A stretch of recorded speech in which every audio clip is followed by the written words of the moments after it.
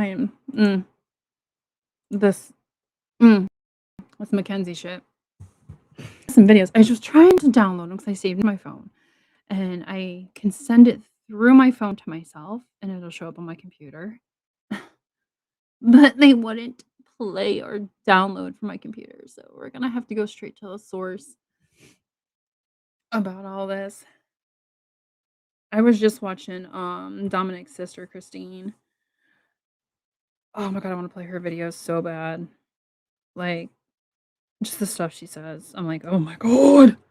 Oh my god." Um, now the title, Kat Crowder, believe that's how you spell her name. Yes, it's the same.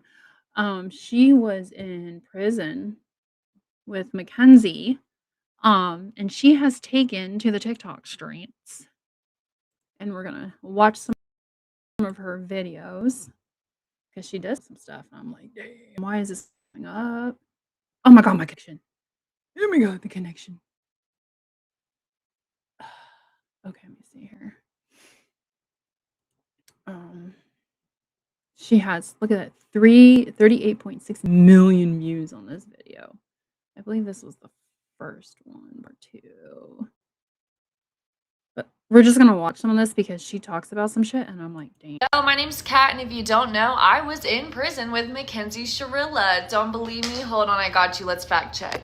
So we got Miss Shirilla here, institution, Ohio Reformatory for Women, admission date, August 31st, 2023, okay. Now we have me, institution, Ohio Reformatory for Women, admission date, April 2024. All right, got that clear. Let's talk about the documentary that just came out on Netflix. She's not originally from Ohio. Her one pin video, she does talk about how she got into jail. She's from Nashville, around Nashville, like one of the suburbs of Nashville. She just happened to be going through Ohio and into Detroit. It's a whole long story. The crash about Mackenzie because oh my god, do I have some shit to say. Foremost, I want to shout out Netflix for making it and filming it in a way that is very, very evident to make Mackenzie and her family look like complete dumbasses. It does. I broke down. I know I said I was gonna wait and see what you guys wanted to do, but I couldn't help myself yesterday, and I sat down and I watched it, and oh my god, now I see why her dad is on a leave of absence from the school because of what he said. He literally said what he said and was smiling and laughing about it, but then yet goes on interviews and says, "Oh, Netflix turned that around." No, it was your face that told it all. When I was in prison with her, it was at the beginning of her sentence. And the Mackenzie that came on to the Netflix was not the same Mackenzie that I witnessed in prison. I am so glad that they made sure to throw that clip in there that shows her lawyer was there with her, because that's the only reason Mackenzie even went on Netflix. Was one, because she thrived for fame even while I was in prison with her. She thought that she was going to be the princess of the prison. And she also went on there thinking that it was going to help her with another appeal that's going to get denied. We understand that, correct? Let me tell you something. Mackenzie Shirilla did not walk around that prison yard with an ounce of remorse. Mackenzie Shirilla did not walk around. She didn't have any remorse, and if you haven't seen it, you need to watch it. Um, like, when they're, like, talking to her, her lawyer, I believe it's her lawyer, is off to the side. She literally looks at him and goes, "Is that good? Like, I don't wanna force it." Like, she's literally asking if her little performance was okay. Around that prison yard, thinking about those lost loved ones that she claimed to think about every single day. Mackenzie Shirilla walked around prison thinking, how is she going to get in with the cool kids, which in prison, Mackenzie Shirilla did not relate to them at all. But as you can see by this new Mackenzie Shirilla that just popped on the Netflix documentary, she's really trying hard. She's had to get harder. She doesn't even talk the same. The way that she talked in this documentary is not even how her voice sounds. I'm just being honest. We can go watch some videos, like, I can do a search for Mackenzie, like, I was doing it before because, like I said, I couldn't get it to download for some reason, so I'm on the actual this girl, this is from TikTok. Up here is her name if you wanna go follow her. Um, There's tons of videos of Mackenzie. Like, this girl is so all about herself. It's freaking sickening. Honest. She's got a rasp to her voice, and that might be because in there she's starting to do rugs, which I've heard through the grapevine and other inmates that she is, which is what it is, bound to happen. You're in there for life. When I was in there with Mackenzie, all she cared about was doing her makeup, walking the yard with her 1 or 2 friends that were also very similar to her, This girl young spilled girls, everything. social media influencer wannabes, thinking that it was a high school like popularity contest. Now in the documentary you can tell, because it's been a couple years by now, you can see she's been broken down. You can see that she's Yeah, she looks like I don't wanna say she's, like, part of a gang because 'cause I've never been to prison. I don't know how women's prisons work. I don't know anything about them. But you can definitely tell she's been broken down.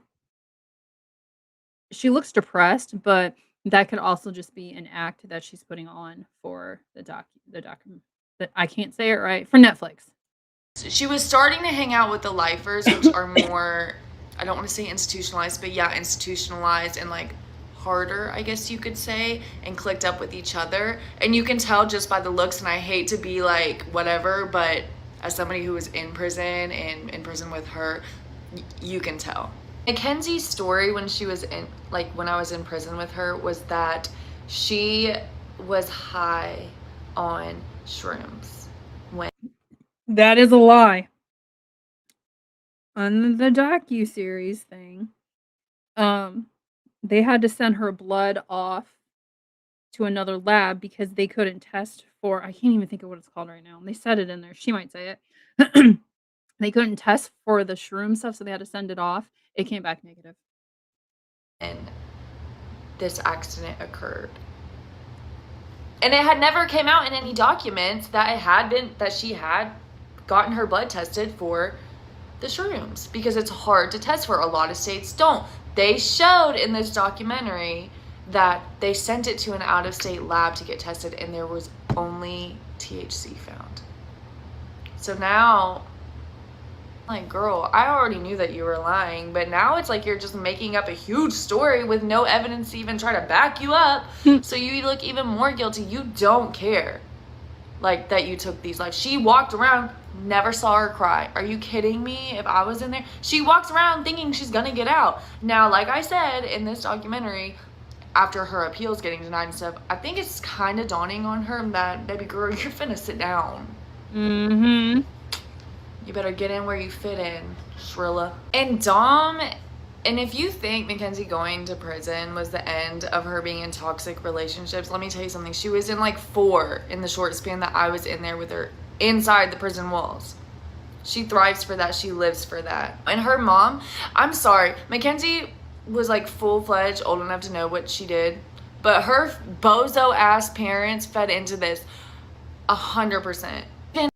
Yes, Mackenzie is the product of not being disciplined at all. She runs the show at home, and you can tell by her parents. Like, we're gonna watch something else after we get through these TikToks, and the way she speaks to her mom, if I would have spoke to my mom like that, she would have slapped me across the face. Like, she runs the show. In prison, Mackenzie's batshit crazy mother was funding her prison lifestyle and making it as comfortable as possible. Mackenzie had everything you can imagine inside prison and more. All the makeup, all the like limited item stuff that like you have to buy, cash out this, cash out that. Mackenzie had it. Her mom enables her. Her family enables her like no other. They see no wrong. They're delusional, and Mackenzie has to get it from them.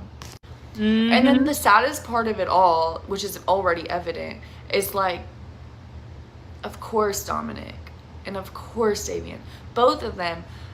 And if you notice, and I can say this as a mom myself, the mothers of either one of them like refuse to be on any of these. But Mackenzie's mother never turns an eye to a chance to be on social media, on a podcast, on a documentary. Oh, it gets better with the mom and Mackenzie not turning stuff down. Like, I got some shit to show you. When it comes to Shirilla, because she could care less about those victims. Mackenzie's gonna have a hard life. They don't have any air conditioning in prison and no RW. It's gonna be a hot summer. Okay, so where Mackenzie is imprisoned at, if you wanna call it that, is in Ohio. Literally, what is it? Is it St. Mary's? What prison is it? Let me look it up real quick because I am from Ohio, and I can tell you something. Let me see here. Woman's, prison, Ohio. It's in okay, Marysville. I'm gonna tell you how far that is from me, and then I'm gonna tell you what the temperature is today. Almost 2 hours from me, okay? Right now, it says it's 77 out, but it's gonna get up to 80. It has been up to 80 this whole entire week. I have, like, a cutout thing on my house, and I have, um, like, a table out there with some chairs and stuff, like, I cleaned that out, and I had to, like, actually stop and take a break because I was so damn hot. Okay. This is just in a little town, whatever. I'm actually kind of in the shade. But then you think Mackenzie being in this prison, girl, you know how fucking hot it's gotta be inside that building? It's gotta be hot. 'Cause you know damn well it's made of brick. We all know it's made of brick. That's gonna hold heat. And she's got 15, and baby, she's not gonna get parole on that first time she's in there bullshitting. People have told records, her disciplinary reports. Oh, yeah, she gets a hold of her the disciplinary sorry, it's a word I can't say, reports, and she reads them. We're going to watch that too. They're not gonna give her that. Her victims' families are going to show up. It is going to be shown in her next appeal that the clip where she is literally asking her lawyer, do you think I did too much? Do you think I want to be forcing it too hard? Yeah, this Like, part. girl, this is an act to you. You're just trying to get out, and you're not going to. It's ridiculous. I have so much more, like, lore and tea when it comes to being in prison with her. But my mind is spinning, and I don't want this to be a 20-minute video, so I'll probably make a second part. But that's my take on the Crash Netflix documentary from somebody who was in prison with Shirilla the... Yo, my name's Yeah, Kat. they call her Shirilla, the Killa. I can't say that on here, but they call her that in prison. So here's part 2. Okay, some more on calling Mackenzie Shirilla out since I was in there with her. Never one time did I ever see Mackenzie Shirilla go for a blood pressure check, take any type of medication, or go to sick call. Ever experience dizziness. In fact, Mackenzie Shirilla would go out in 100-degree heat waves with baby oil on her and sit on the prison yard and tan. Now, if you have POTS, that is a big no, no. You know, you avoid the outside during the day because of what passing out. She doesn't have POTS. It's a lie, and you're gonna hear Mackenzie literally saying to her mom, something. Should I just say this? I'm not gonna spoil it, but that's coming up in something we're gonna watch too. So let's just get that understood. The girl does not have any medical issues. A lot of people in my live asked me, what do I mean by her voice seems different? She talked like your average, like, valley girl when I was in there with her. Now in this documentary, she's speaking like forced hood or slang because that is cool in prison. That is like, the more hood, the more gang, the more whatever you are, the more clout you have in prison. And Mackenzie wants clout in whatever way possible. Mackenzie has makeup and jewelry in prison because her mom is ordering it for her, and third-party vendors like Union Supply or Access, like Secure Pack, and getting them like packages sent into the prison for her. So that See, I knew you could buy stuff for them, but I didn't know, like, it came like, you can do, like, a lump sum bundle package thing. Like I said, I don't know nothing about the prison systems because 'cause I'm a good girl. that's where she gets makeup, because we could get like our loved ones to order makeup. Also, Mackenzie is on the like prison princess, like paper dolls, the prison sugar daddy websites that like Gypsy Rose. See, I didn't know that existed either. I did not know there was a prison, sugar daddy website. Well, it doesn't sup I'm not even surprised because there's a website for everything, but ugh. Found Ryan and Ken on. Mackenzie is on those websites also, so there's sugar daddy supplying her needs. People asked me if Mackenzie ever showed remorse in prison. Mackenzie never cried the entire time I saw her in prison. Not one tear. So for her to sit me and say that she thought about it every day was bullshit. Hmm. Also, props to that judge for stepping on Mackenzie's mama's neck during that victim impact statement, because what do you mean? Yeah. She said Davion was a new friend. Oh, okay. So, yeah, no. And to answer another question, yes, Mackenzie has had multiple girlfriends in prison. She was walking around with on her neck, like hickeys on her neck. In prison, she's gone to the hole for being intimate with girlfriends in prison. So if she was grieving or remorseful, she would not have gone to prison and jumped into prison relationships within the next 6 months. In fact, 2 of her former prison girlfriends follow me on this TikTok. One of them I've interviewed on my page. So also, that Rosie Graham girl, if y'all follow her, unfollow her, because Yeah. she's delusional and she is just trying to get clout off of being a former friend of Mackenzie. Because what do you mean? You would not. What do you mean Davion and Dom were your friends, but you wouldn't help the detectives figure out what happened, but you're so. Okay, so this Rosie girl, if you haven't seen the Netflix thing, I'm gonna try not to spoil it. Um, she was Mackenzie's, like, best friend or whatever. She refused to talk to cops. She refused, flat out refused to talk to detectives, FBI, whatever law enforcement they had come in. She just flat out refused it. Mm, no, it's called doing the right thing. But yeah, she's no.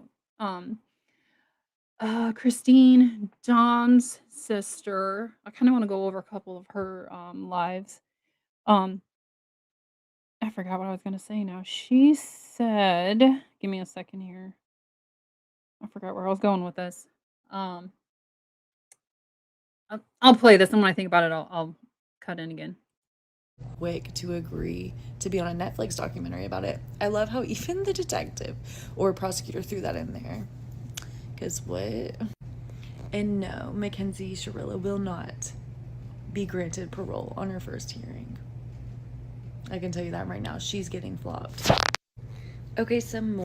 I cannot remember what it was that I wanted to talk about. I have some more videos here.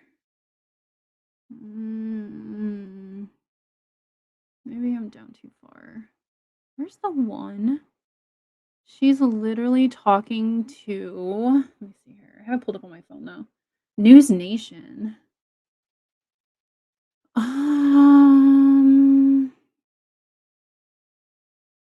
prison. Oh my god, let me see here. Oh, right here. Joining me now is social media influencer Kat Crowder. Thank you so much for taking the time. Why do you believe that? Thank you for having me. When Mackenzie first walked out in the documentary, my jaw was dropped because that was not the person that I saw in prison when I was with her. She walked around in a very light demeanor, if that makes sense. So lots of laughing, lots of giggling, makeup done every day. It was never this dark, smug, tough girl act that was in this video, trying to portray some sort of remorse. I never, I don't know what somebody's thinking. I don't know what's going on in her head, but from my observations, there was never any, behaviors that looked like somebody who was remorseful. Did she ever talk about the crash? Did she ever talk about the victims in the case?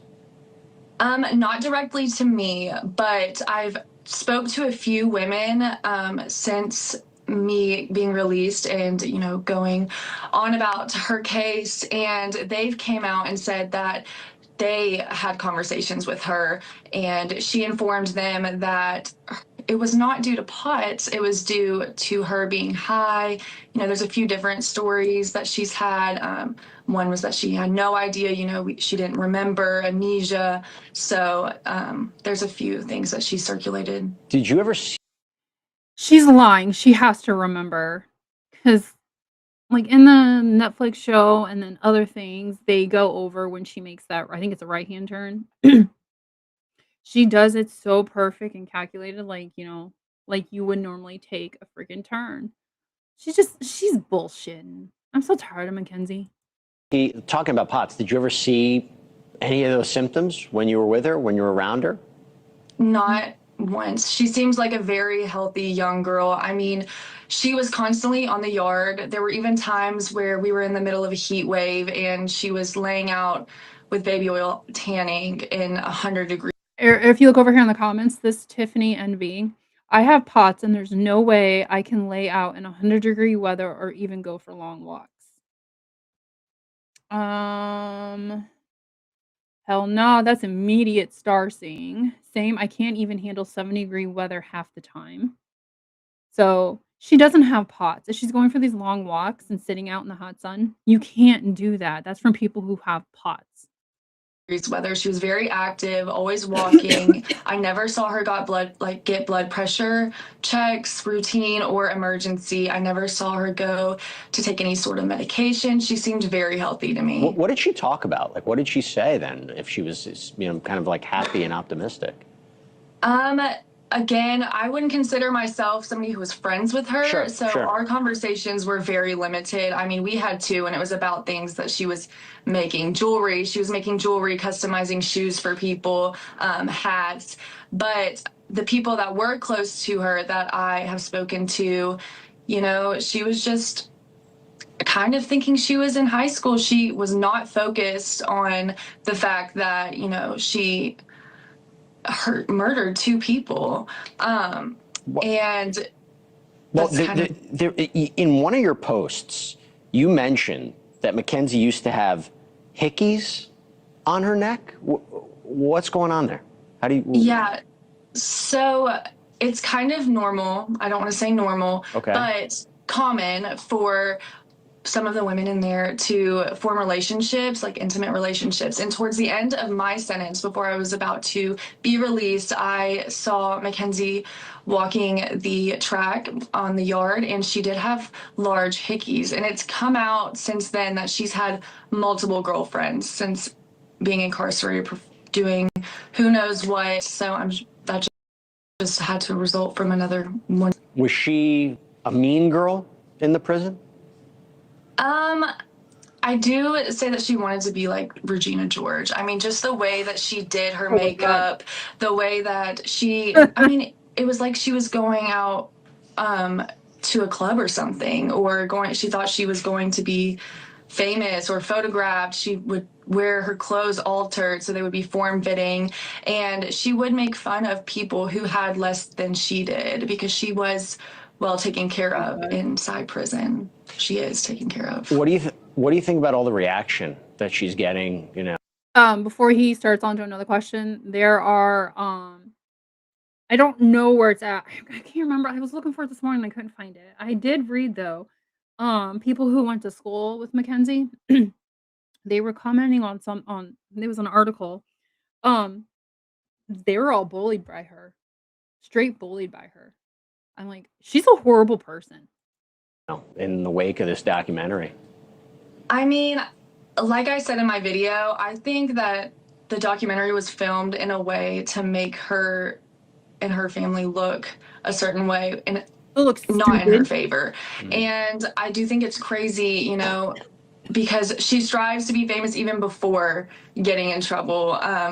And before all of this, she wanted to be an influencer and all of the things. And it's almost like she's kind of achieved that, but in a different manner of being infamous. Yeah, well, that's. So speaking of being an influencer, all of her social media accounts are still active. Mommy is running them. And she is sending pictures of herself to Mommy, which we'll watch the video. She explains how that happens. So Mommy can post them on her socials and keep people updated. Nobody gives a two shits about you, Mackenzie. Nobody.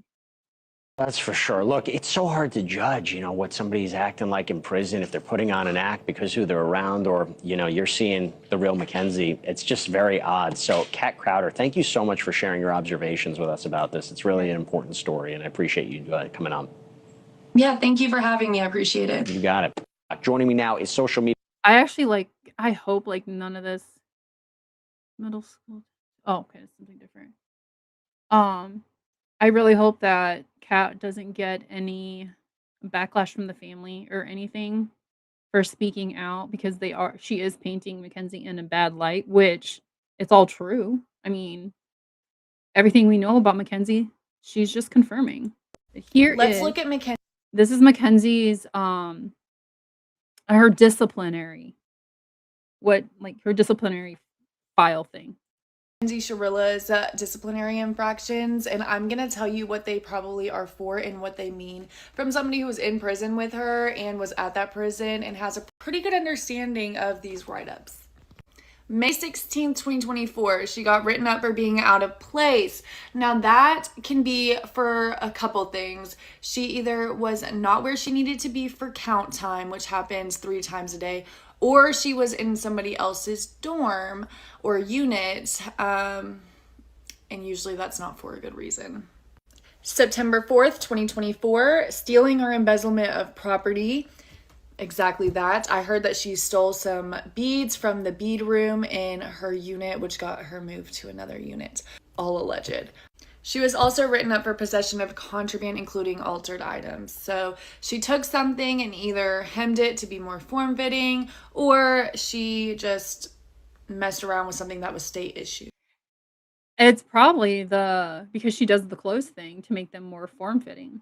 They need to start cracking down on her like that because no, everybody and that's how prison is. You need to suffer. I mean, you go in, you do your time, and you get out. October 19th, 2024, possession of property of another incarcerated person. So she stole something from somebody. Or she had somebody's TV that had their name engraved on the back that a lot of people sell before they leave prison. And another contraband ticket. 11/11/2024, another contraband of altered items ticket. 2 days after that, on the 13th of November, disturbance of a direct order. So the COs were telling her to do something, and she basically said, as well as destruction, alteration, or misuse of property. Exactly that. On November 16th and November 30th, she got 2 more being out of place tickets. And then on December 10th of 2024, she got a disturbance of a direct order again, and another being out of place ticket. January 16th of 2025, she had a misuse of authorized medication. So she had some prescription that she was hoarding, and they found it on her. She either was or selling it or whatever, alleged. And another contraband ticket. She managed to stay out of trouble for the next 3 months, and on April 29th, she got a violation of visitation, including video visits. So something happened, either in a video visit or a real visitation, that was not allowed. I wonder who it was that was visiting her. Probably mommy. The next day, Mackenzie got a sexual harassment ticket, disturbance of a direct order, and possession of contraband. Should I say more? May 1st, we've got a possession of contraband. July 15th, 2025, being out of place. 4 days later, she got an encouraging or creating a disturbance. So she was being reckless or egging somebody on to be reckless and obnoxious. July 23rd, being out of place. And to end this, on August 1st of 2025, she got a sexual conduct. Consensual, though. Needless to say, this is not the Mackenzie that I was in prison with. She was not doing any of this. She would be too scared. So prison's really gotten to her. All of these out of place tickets are probably her being in her little boo's dorm. That's not her dorm. So, and I want to know what all this contraband is. It can be from something really minuscule to something really crazy. All of this will be brought up at her parole hearing. And that's not a good look. That's a lot of write-ups to get in a short amount of time. Let's just get that established. Just crazy. Oh, yeah. Hold on. Let me find the next I downloaded this from something. Where did I download it from? Oh, I don't know where I downloaded it from. We're gonna watch. Let me see here. Let me type in the name.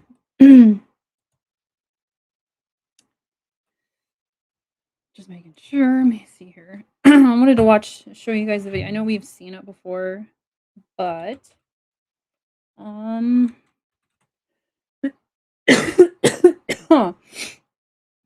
I was outside, so my voice is a little raspy. Cleaning out my cutout I have. Let me see here.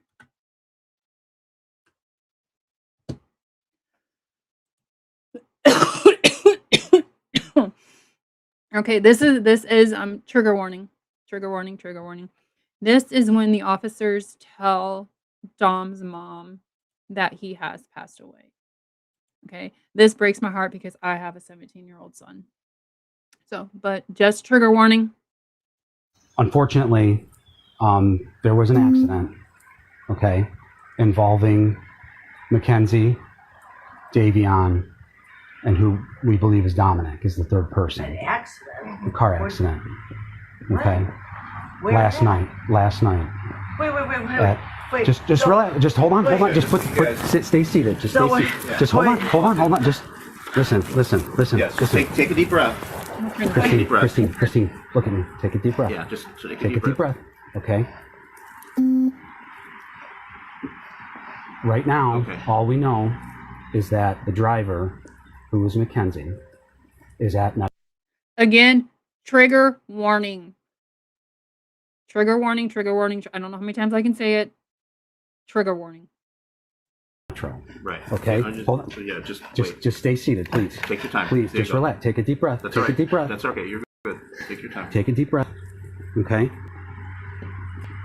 Is anybody else home here with you right now? But Christopher, but he's sleeping. Angela's in Florida. Wait, where's Mackenzie's mom? Okay. They're down at Metro right now. Okay. The other two passengers, like I said, was Davion and who we believe is Dominic. Okay.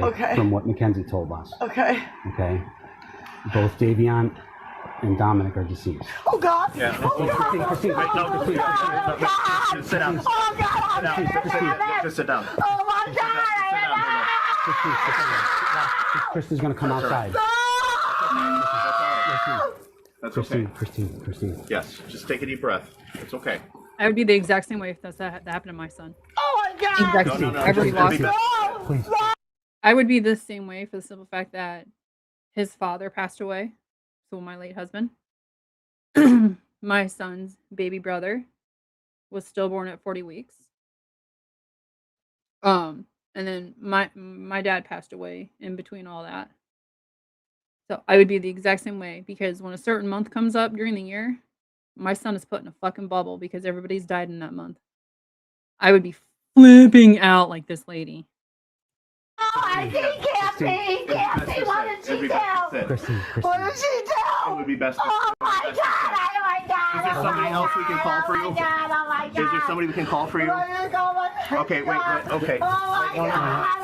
Hold on. Wait. Hold on. Oh my God! I think that's all we're gonna watch at that because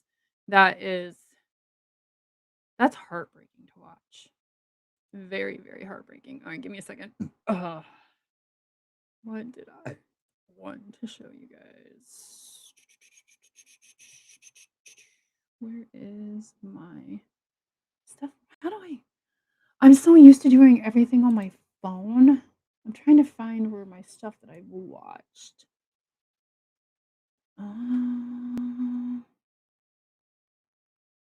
Past live streams playlist. Where the hell is all my stuff that I've watched? It's all right. We can always go to her page. Okay, give me a second here. We're gonna watch a video from Dominic's sister. Actually, no. We're gonna go to Brian Enton. Brian Enton has a good one. I was watching it last night. Let's see here. Videos. You know, I probably should be like showing you guys what I'm doing so you guys can see everything. I like to be very transparent. So you can see what I'm doing.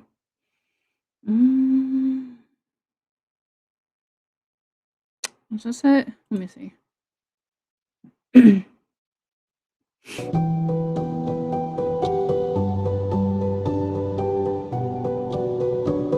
Hey guys, appreciate you guys for watching, for checking out my channel. The Mackenzie Shirilla documentary. It's called Crash. It's on. Let me see. Okay, this is. Nope, we already watched that. Hey guys, appreciate you guys. Where the hell did. Maybe it's on his shorts. I literally just watched it last night. Hold on. Let me look in my phone.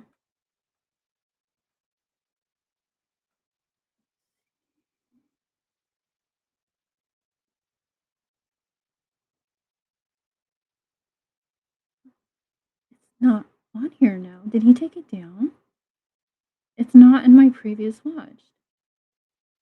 Let me see.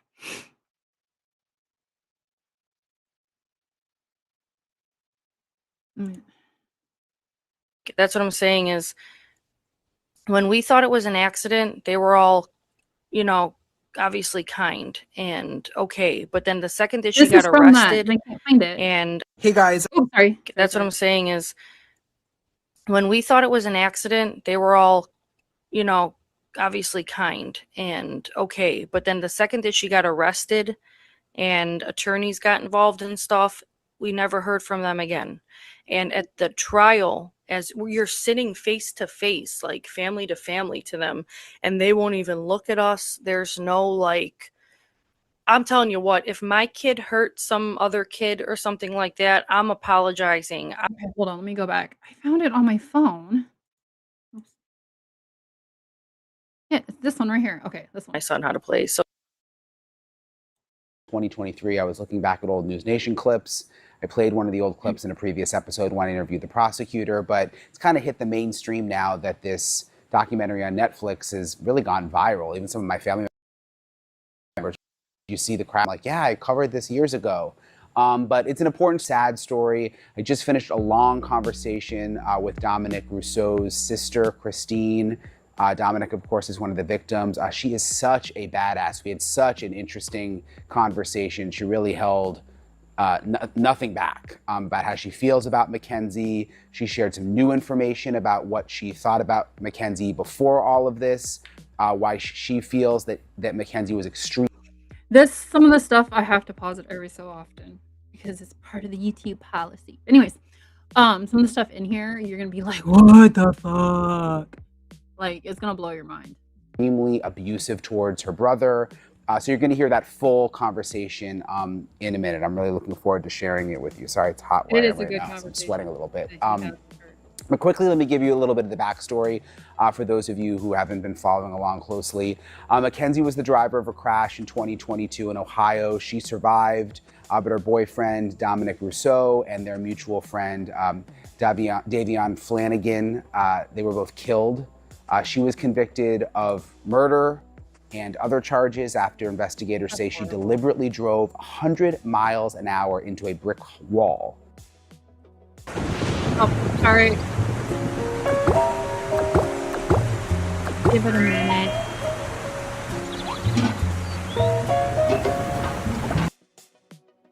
Just slammed into a brick wall. The investigation showed that in the 5 seconds before the car hit the wall, there was absolutely no attempt to hit the brakes, and instead the accelerator was pushed down all the way to the floor. And investigators say it was definitely intentional, that Mackenzie and Dominic had a volatile relationship. And there are some newly unearthed text messages that show Mackenzie and Dominic's relationship was unraveling in the days before the crash. This is according to TMZ that obtained these text messages. So in this exchange between... If she had POTS, she'd be hitting the floor right now. I can tell you that. Literally would be hitting the floor. Dominic and Mackenzie before the crash, they were arguing. Dominic seemed like he needed space from Mackenzie. In one of those text messages, she said that she has so much hate, that was the quote, so much hate, and claims it stems from everything that he put her through. And TMZ reports that Dominic responded by begging her to stop and explained that his grandparents were in town and that he just wanted to be able to enjoy time with his grandparents. And definitely showed a volatile relationship. She then responded, maybe you shouldn't have been an effing D word.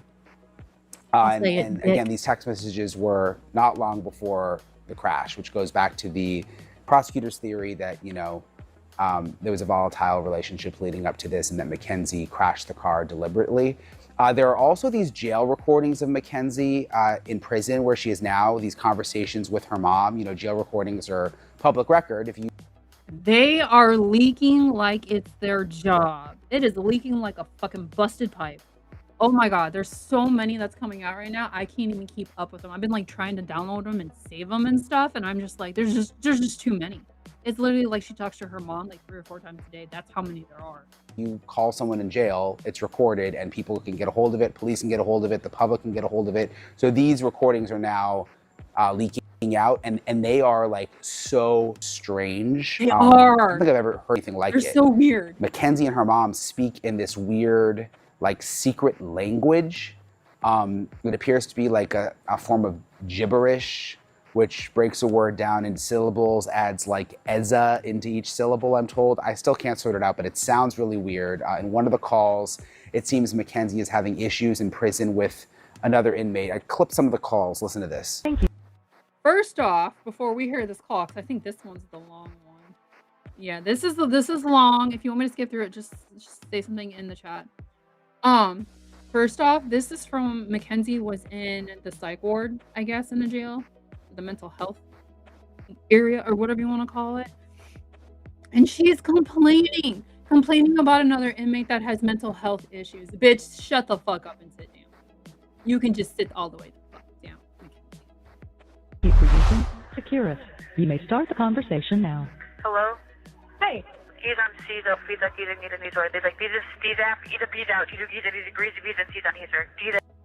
That is the gibberish.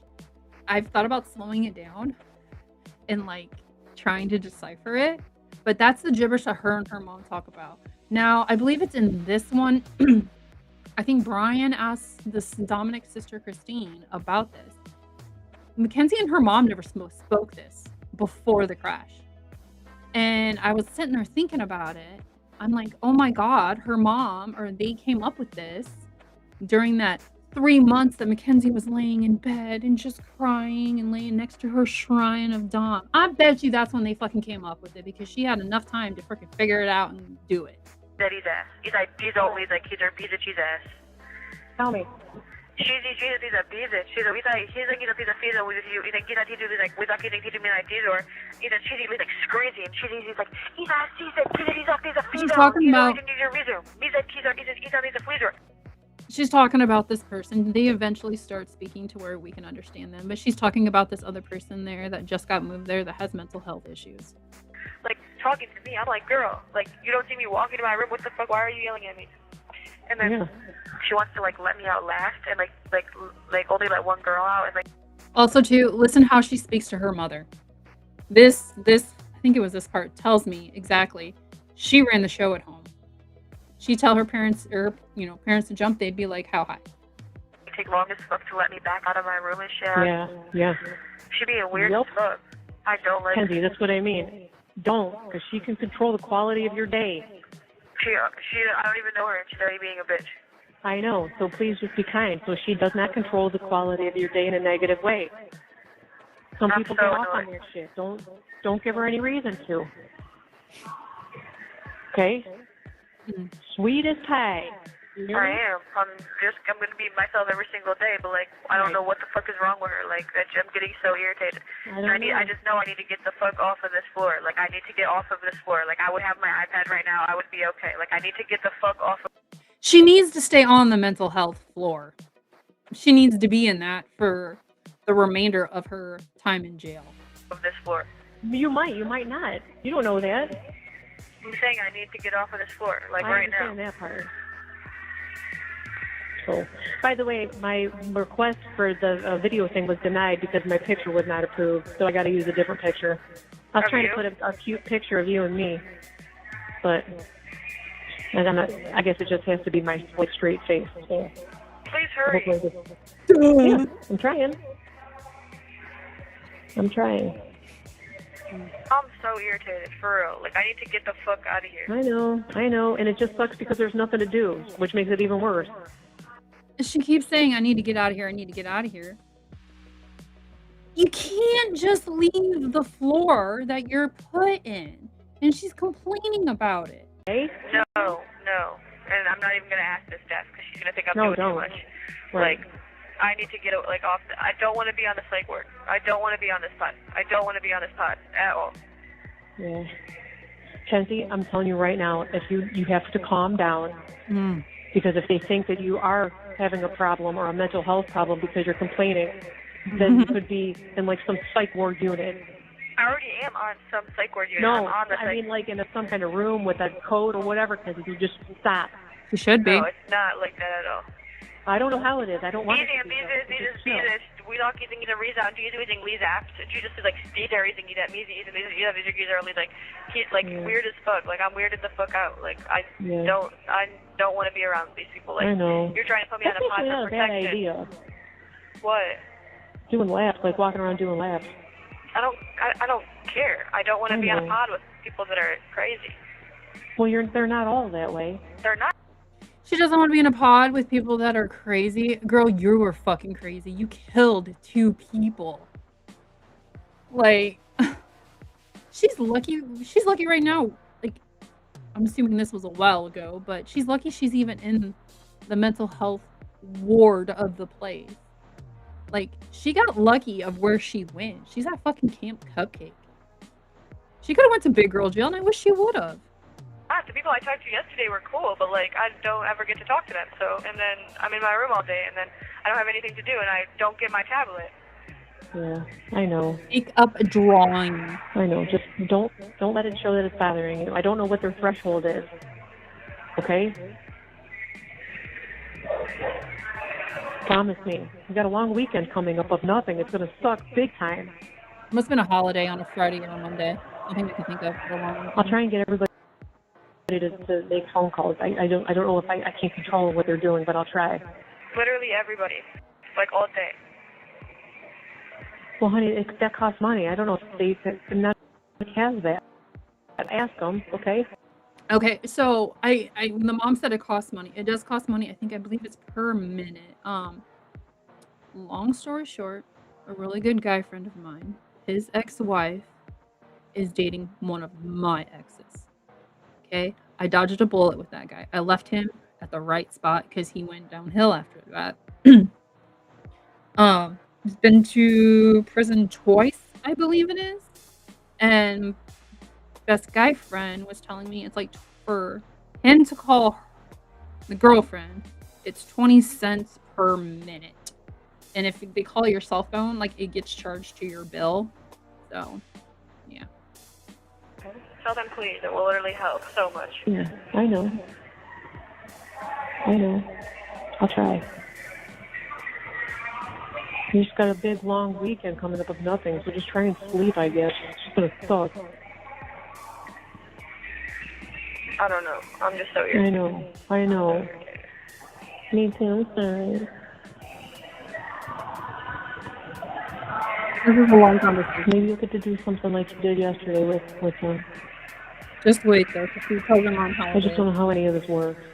I almost wish I had court every single day. Still. Right, I know. So I had something to do. Something to do. Okay, so she says she wished she still had court every single day. So this is after she got sentencing. So I kind of wonder why she went to the psych ward or the psych floor there. Right. I just wish things didn't take so long to get to you. That's like the hard part too. I'm so annoyed. Do you have access to therapy? I've been asking for mental health for like 2 days, and they're just the staff that's here is like, "What do you need mental health for?" And I was like, "I'm dealing with grief, and I like to have." She's dealing with grief, and the only time she has cried was when she got sentenced. She's grieving not being able to be free and out with us.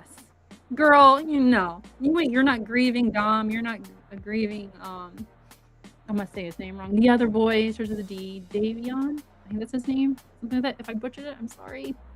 But she's grieving being free. Anxiety about court. And she just like, don't, she said okay. And then she definitely didn't even try to give me mental health.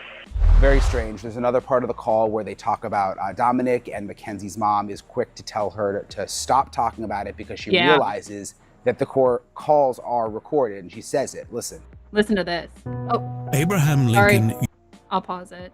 This is where she freaking tells her mom how it is. And when she tells her mom, you know, like, don't tell me what to do kind of thing, that's how I know she runs the show at home. Stories of these individuals. So what are people, so Morgan and Jane are saying shit about the trial? No, that was like a long time ago.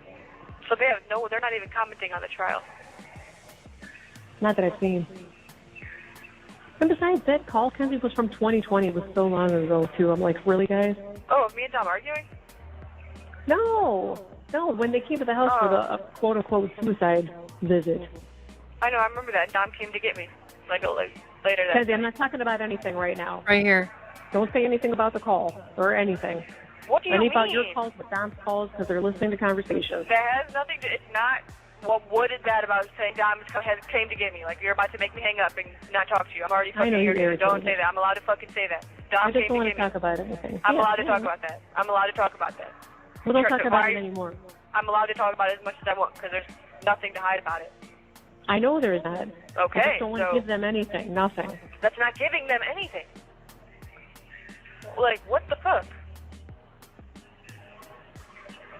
Like, what is happening? I'm confused. Like, is this, like, are you okay? Like, why can't I say that? Like, that has nothing to do with anything. I said anything more.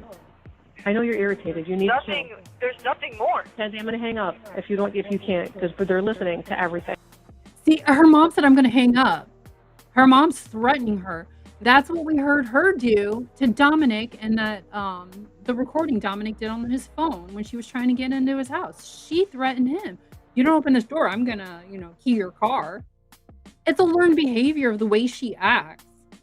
So I let's don't care. control ourselves. They can listen to everything I know say. you're irritated.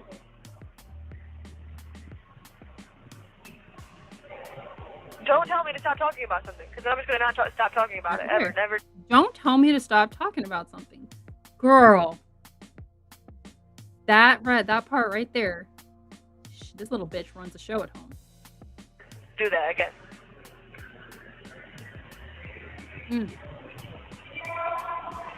now this girl's just about to get to talking to herself again. Like, man, she's about to piss me off. Like, she's got mental health issues. Leave her go. Are you there, or am I gonna hang up the phone? I'm here. No, okay. I'm here. Okay. I would answer that when I lunch? talk. No, I didn't. What did they serve? I don't know. I refused it. It looked disgusting. Oh, sorry. Man, this girl is annoying as fuck. Oh my goodness. Why? What is she doing? Just talking to herself. Let her talk to herself. She probably hasn't got to the mental like health part yet. Or a Is it therapy. the same one? Yes. I don't want to hear that shit. Sorry. Man, she's not over there. She's not there. There's nobody there. Like, damn, shut the fuck up. Like, I'm about to get irritated as fuck. Why? Who's she calling? She's trying to call the staff, who's not even there.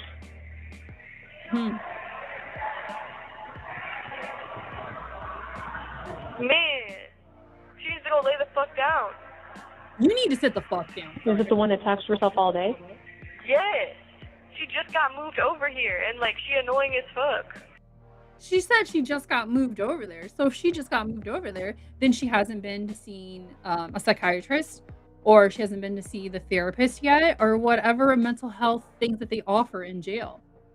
That all takes time to get it all set up. And she's sitting here complaining because this woman is in a mental health, has mental health issues. Girl, shut up. I need to get off of this pod, like, today. Well, should be calling me back. Hopefully soon. Oh my god. I'm about to get so irritated. Just try to shut down and keep to yourself. That's all. How can I shut down when I can't even get a quiet bit of mind because this girl? Just talk I to don't know. herself. I know she's right next to me. Like, I hear her right by me every single time. Just calling the staff when she's not even fucking there.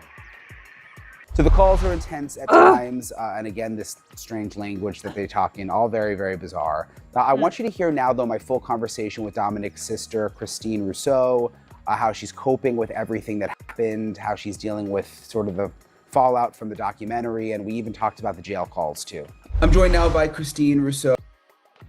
This is Dom. She does have a channel, and I'm gonna put that in the chat. So if you can go follow her, show her some support, because she is doing right now, as we speak, amazing things. She's gonna start a foundation. She's been playing with the idea to do a documentary thing on Dom's side of it all, which I really hope she does. Like, I really, really hope she does this. And she's also trying to I don't know if it's get a law passed or put something in place to where Mackenzie cannot monetize off of the accident with, like, doing anything on TikTok or YouTube or Instagram, stuff like that. So where she cannot get paid for posting about it. I'm gonna get Christina's link, and I'm gonna put it in the chat. So make sure you go up and sub up to her and show her some love. Christine, thank you so much for talking with me. I really appreciate it. Christine has a podcast called Big Sister Unhinged podcast. Hopefully you won't get too unhinged in this episode, but people can go to your Unhinged podcast for that stuff. No, I'm just kidding. But I actually, I'm a reporter for News Nation. I covered the story. I think it was 2023. I interviewed the prosecutors and we did a whole story on it. And, it was awful. And I just kind of put it in the back of my brain. And then when this Netflix documentary came out, it's like all of a sudden, all these people who didn't even know about the case, like my stepmom, all these people are calling me like, did you see this doc on Netflix? And I'm like, yeah, I covered this like 3 years ago. It's an awful, awful story. What has it been like for you with the documentary coming out? Real quick, I just put the link to Christina's YouTube channel in the chat, so please go show her some love. It's been terrible. Absolutely terrible. There's been people showing up to the cemetery, strangers, and a lot of my family, Dom's family, have, stays quiet and they're private and not ready to talk to strangers, and that's, they're right, and people are just bombarding them at the cemetery, and that's not okay. What I'm seeing on social media is disgusting. A lot of comments made about my brother, our family, and that's been going on for years, but now it's just like all over the place. I try to see more good and ignore the bad, but it's hard when it's just everywhere. A lot of misinformation everywhere. It's kind of infuriating, honestly. Yeah, and I know like sometimes the bad comments stand out, but at least for me, it seems like 99% are supportive of you and your family, and well, it's good to hear. Feel terrible for you guys, and I might just be seeing the bad then. Yeah, and sometimes I'm trying not to focus on it, but I ran across a TikTok today, and some lady was saying the most vile things about my brother, and I was like, "Who is this? Like, why are you doing this? It's all wrong. It's fake. It's lies. Like, why are you saying these things? You don't even know us. You know what I mean? It's terrible." Yeah.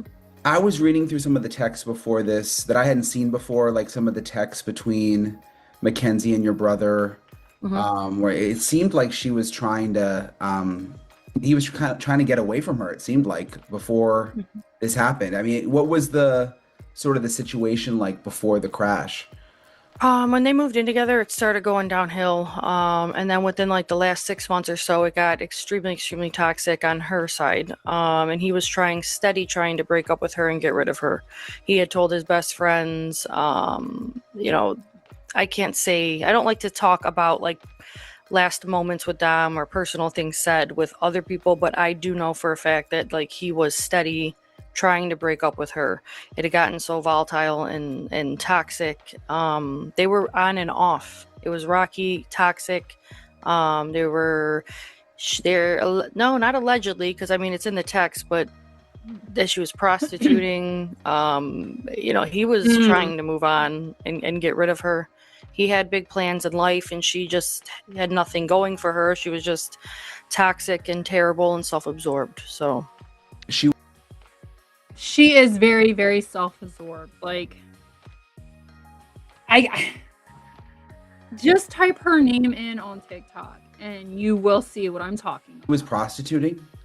Yeah, there's some text messages. Actually, I heard when the crash first happened, my mom, I have a cousin, I guess. My mom came to me and said, one of our cousins, were telling me that she was prostituting. And I was like, there's no way.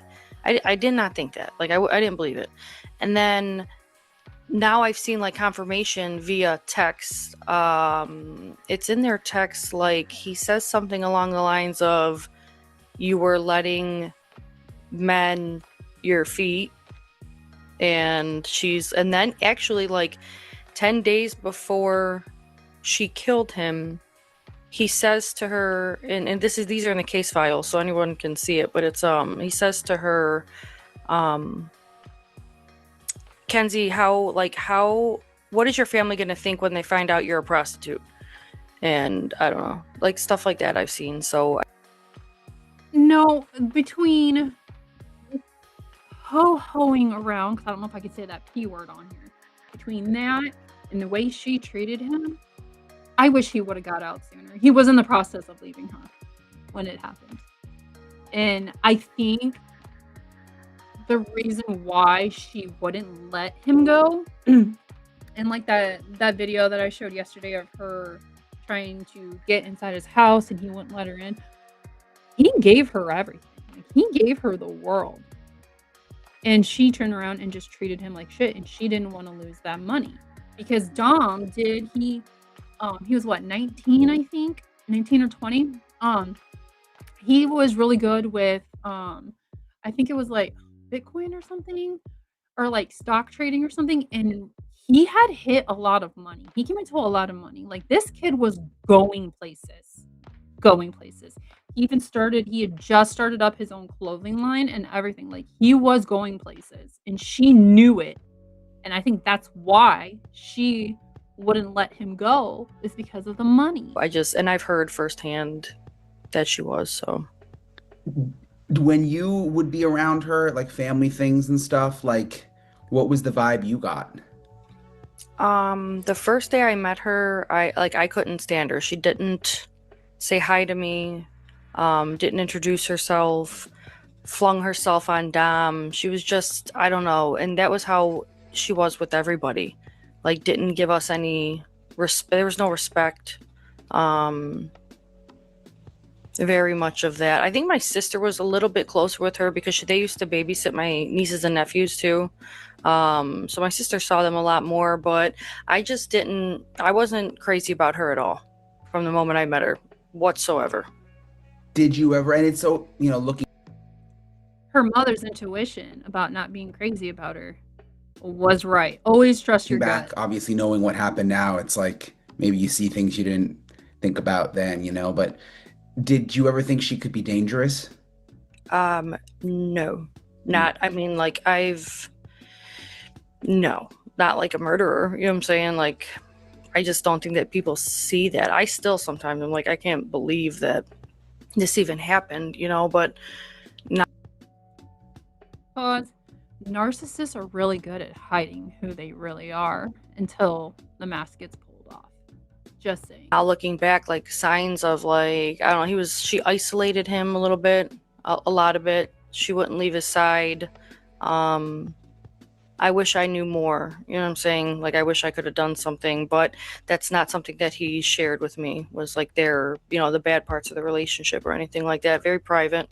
And if you've ever been in a toxic relationship or an abusive relationship, the abuser, the narcissist, the toxic one usually puts on a pretty good front in front of people. So Yes, they do their best to fake, which is very much her. She seems, just reading through the texts, like very manipulative. Yes. Like trying to scare him into, doing what she wants.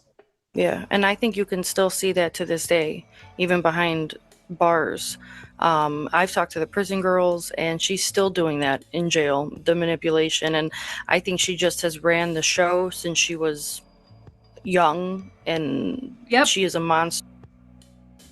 Yeah, it's because she was gentle parenting or got gentle parenting. You don't gentle parent your kids. You can't because they're going to turn out to be like Mackenzie. You don't let your kids run the show. They fuck up. I don't know what state you're in, but in the state of Ohio, open hand to the butt is fully legal. It just cannot be closed fist. That's what she needed, and she never got it. I believe, and a complete narcissist. Did she ever apologize? No, well, I can't say that. When the crash first happened, I actually thought it was an accident for some time.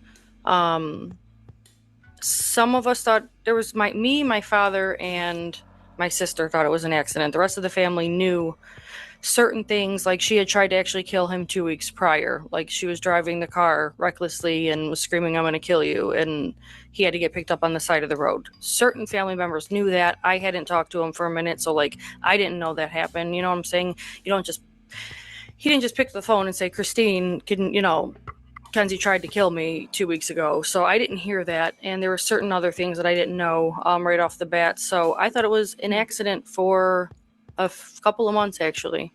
And so what was the question again? I just did you initially like feel sorry for her when you thought it was an accident? Like you just Oh yeah. I sat there and prayed and cried for her mom actually lied to us for it was like 3 or 4 days. She lied to me, my dad, and my sister and told us that Kenzie was unconscious, that she was like in a coma, had not woken up. We'll come to find out now you can see she was actually like they were on Instagram trying to get modeling gigs within hours of killing 2 people. And Yeah, within listen to this. hours of killing 2 people, she's on TikTok videotaping herself in the hospital bed. But her mom lied to us for days and days, telling us that she was unconscious. Like we thought she was dead for days, and that she hadn't woken up, so it was like 4 days later all of a sudden she woke up. But that was a big lie. But yeah, I felt instantly I was crying just as much for her as I was for my brother. I felt so terrible. I thought it was an accident. At first I thought even maybe drinking could be involved. You never jump to thinking, oh, she was, some people actually did. My siblings and my stepmother and things, like everybody knew how this had been firsthand. They've witnessed things that they knew immediately it was murder. I just had not witnessed it firsthand like that. You know what I'm saying? So I did not. I assumed it was an accident for some time, and I felt terrible for her. I still feel terrible that this happened. I don't feel bad for her. I think she's a psychopath, and I started to feel bad for the parents, but they just keep blaming my brother for his own death, and they keep slandering the family, and their calls are calling us names and calling us evil. So I can't even feel bad for them anymore. I did, but not anymore. Can somebody explain to me how the Mackenzie's parents and family members, whatever, friends, are blaming Dominic for his own death? He was not driving the car. So, like, what the fuck?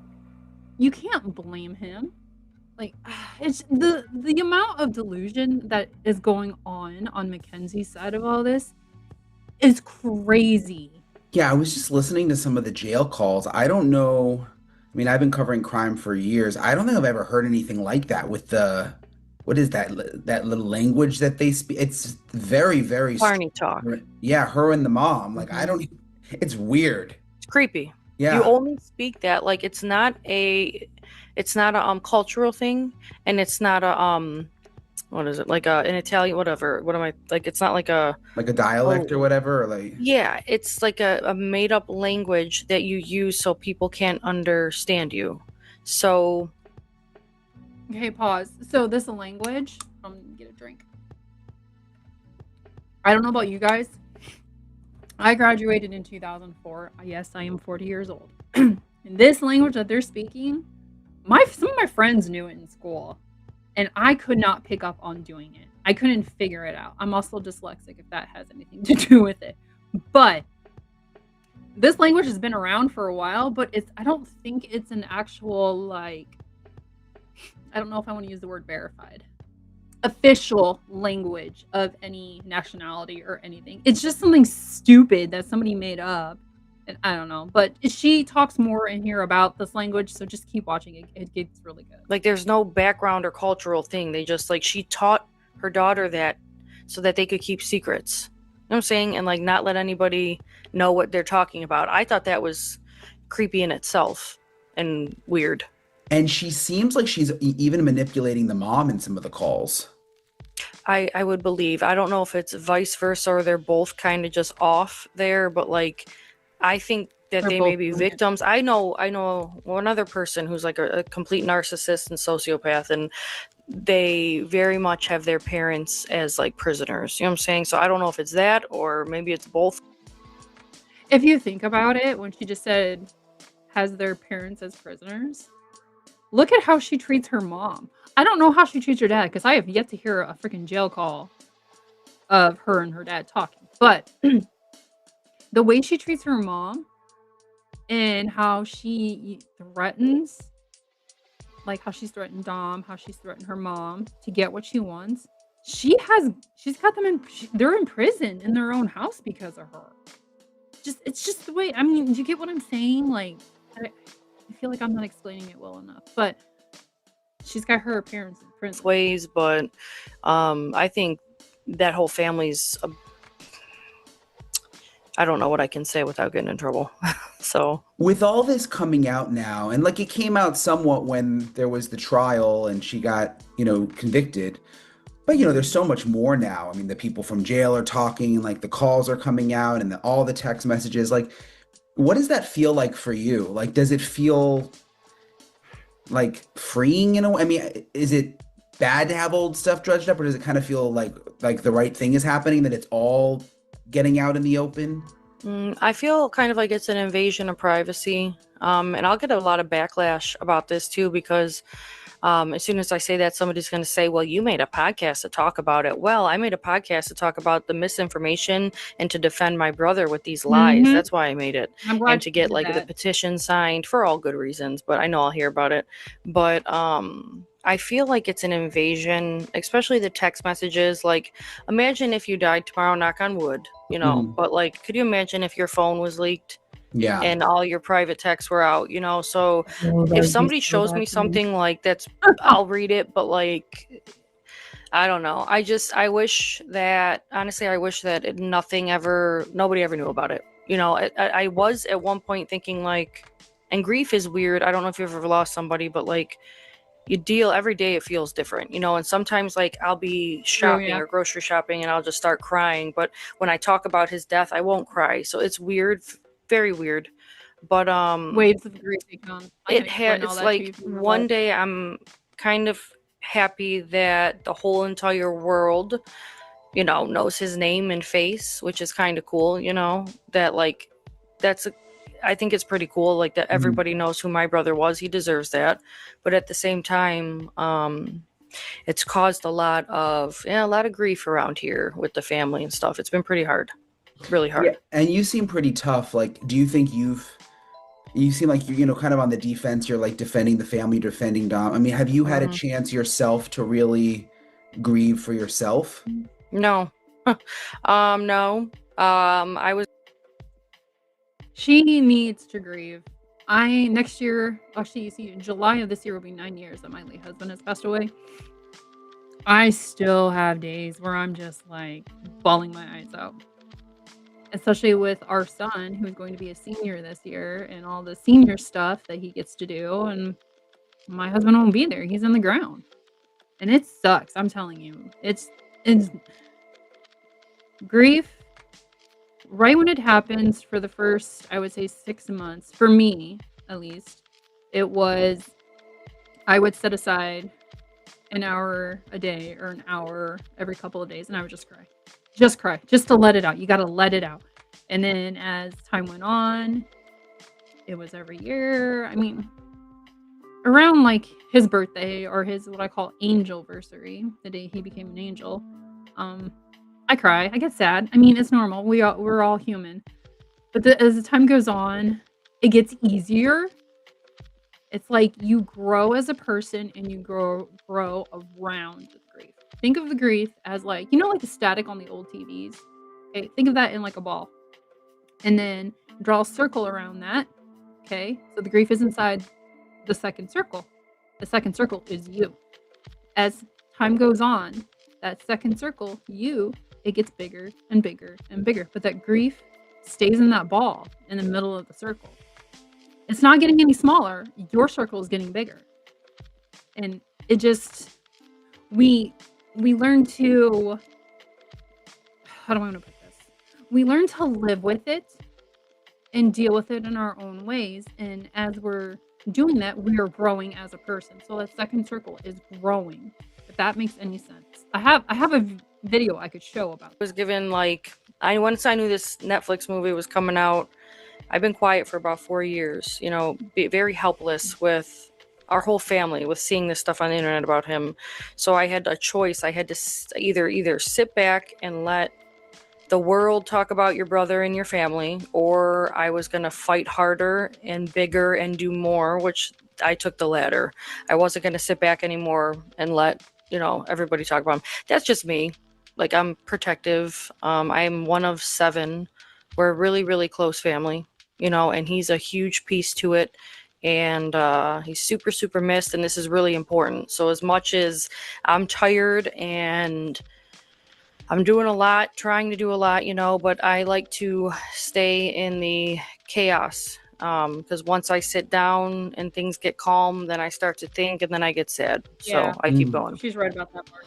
Mm-hmm. What are the biggest misconceptions, would you say, for people who just watched the documentary and didn't really do much more research into it? Is there anything you want people to know? Sure, yeah. Well, off the top of my head, Dom wasn't this big drug dealer. He comes from a really long line of, a well-off family. He had resources. He was doing things. He played the stock market very well. He hit really big in 2020, like super big, and had his own money. So he wasn't just, a lot of people say, oh, mom, that. No, he was doing his own thing, started a clothing line. So like that misconception is a huge one. I think it's disgusting to even say, without knowing him, especially. There was another piece, like I've said before, like the 253 when, now I haven't seen the final version, but there's a part of it they talk about the text message to my dad at 253. I love you, Dad. Did you see that part? Yeah.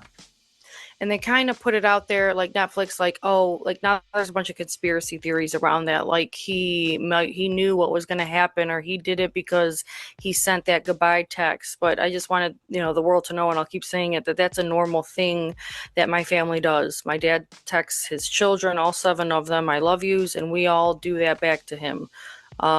So that was like I've been hearing a lot of conspiracy theories surrounding that one.